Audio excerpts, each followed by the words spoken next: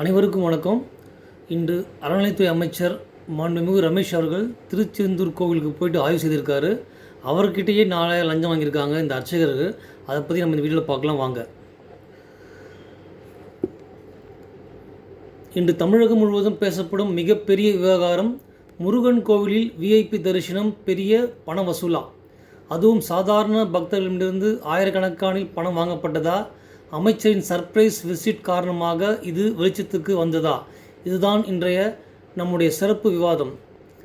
தகவலின்படி 4 பேர் கொண்ட குழு ஒரு குடும்பத்திற்கு விரைவாக சாமி தரிசனம் செய்ய ஏற்பாடு செய்வதாக கூறி ஒரு அர்ச்சகர் ரூபாய் 4000 கேட்டதாக கூறப்படுகிறது. அதாவது இன்றைய மாண்புமிகு அறநிலைத்துறை அமைச்சர் அவர்கள் தன்னுடைய பிஏக்கு 2 அழைச்சிட்டு கோவில் சர்ப்ரைஸாக போயிருக்காரு. அதுவும் டிஷர்ட் பேண்ட் போட்டுட்டு மாஸ்க் போட்டு போயிருக்காரு. ஸோ ஒரு ஃபேமிலி மெம்பர்ஸ் பார்க்குறதுக்காக பிஏ அமைச்சு கேட்டிருக்காரு. அவங்க பிஏ கிட்ட அர்ச்சகர் சொல்லியிருக்காரு, பர் ஹெட்டுக்கு 1000 ருபீஸ் சார்ஜ் ஆகும் சொல்லியிருக்காங்க. ஸோ 4 பேர் சொன்னதுனால 4000 ரூபாய் கேட்டிருக்காரு அர்ச்சகர். அதுவும் கேஷ் இல்லாததுனால ஜிபே அனுப்ப சொல்லியிருக்காங்க. ஜிபே மூலியமாக அந்த அசிஸ்டன்ட் செக்யூரிட்டிஸ் என்ன பண்ணியிருக்காங்க, அர்ச்சகருக்கு அவருடைய கணக்கில் 4000 ஜிபே அக்கௌண்ட் ட்ரான்ஸ்ஃபர் பண்ணியிருக்காங்க. ஸோ கையும் களவும் பிடிபட்டிருக்காரு. அதை பற்றி தான் நம்ம இதை ப்ரீஃபாக பேச போகிறோம்.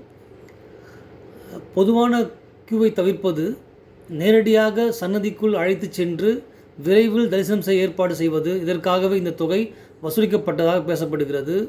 இது பெரிய கேள்வி என்னவென்றால், கோவிலில் விஐபி கல்ச்சர் அதிகாரப்பூர்வமா அல்லது தனிநபர் வசூலா? அமைச்சர் திடீர் ஆய்வு ஏன் முக்கியம்? அமைச்சர் திடீரென வந்ததால் அதிகாரிகள் அலர்ட் ஆனார்கள்.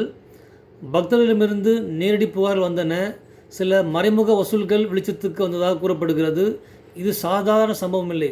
ஏனெனில் தமிழகத்தில் பல பெரிய கோவில்களில் மக்கள் தொடர்ந்து கூறும் குற்றச்சாட்டு special entry, queue jumping, VIP darshan, அர்ச்சனை ரேட் டிஃபரன்ஸு, உண்டியல் வெளிப்படைத்தன்மை இல்லாமை. மக்கள் கேட்கும் கேள்விகள்: ஏழை பக்தருக்கு சாமி தரிசனம் தாமதம், பணம் கொடுத்தால் உடனடிதானா?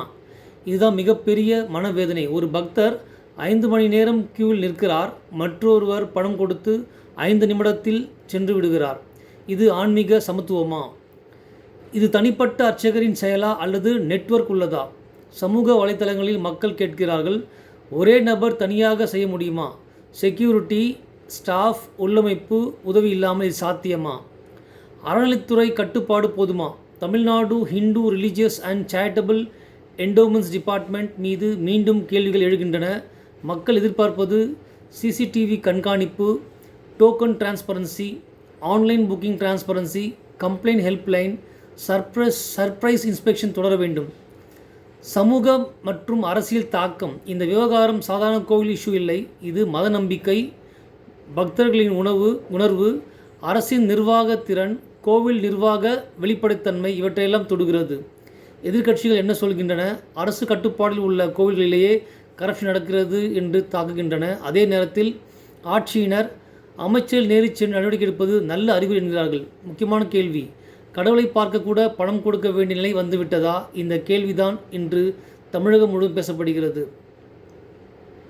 திருச்செந்தூர் முருகன் கோவில் போன்ற புனித ஸ்தலங்கள், அறுபடை வீரர்கள் ஒன்றான இந்த திருச்செந்தூர் முருகன் கோவிலில் பக்தர்களின் நம்பிக்கை காக்கப்பட வேண்டும். விஐபி கல்ச்சர் குறைக்கப்பட வேண்டும். அனைவருக்கும் சம தரிசனம் கிடைக்க வேண்டும். அமைச்சரின் இந்த திடீர் ஆய்வு உண்மையான மாற்றத்திற்கான தொடக்கமா அல்லது சில நாட்கள் பேசப்பட்டு மறக்கப்படும் சம்பவமா? உங்களுடைய கருத்துக்களை கமெண்ட்டில் சொல்லுங்கள். பிடித்திருந்தால் சப்ஸ்கிரைப் பண்ணுங்கள், லைக் பண்ணுங்கள், ஷேர் பண்ணுங்கள். நன்றி, வணக்கம்.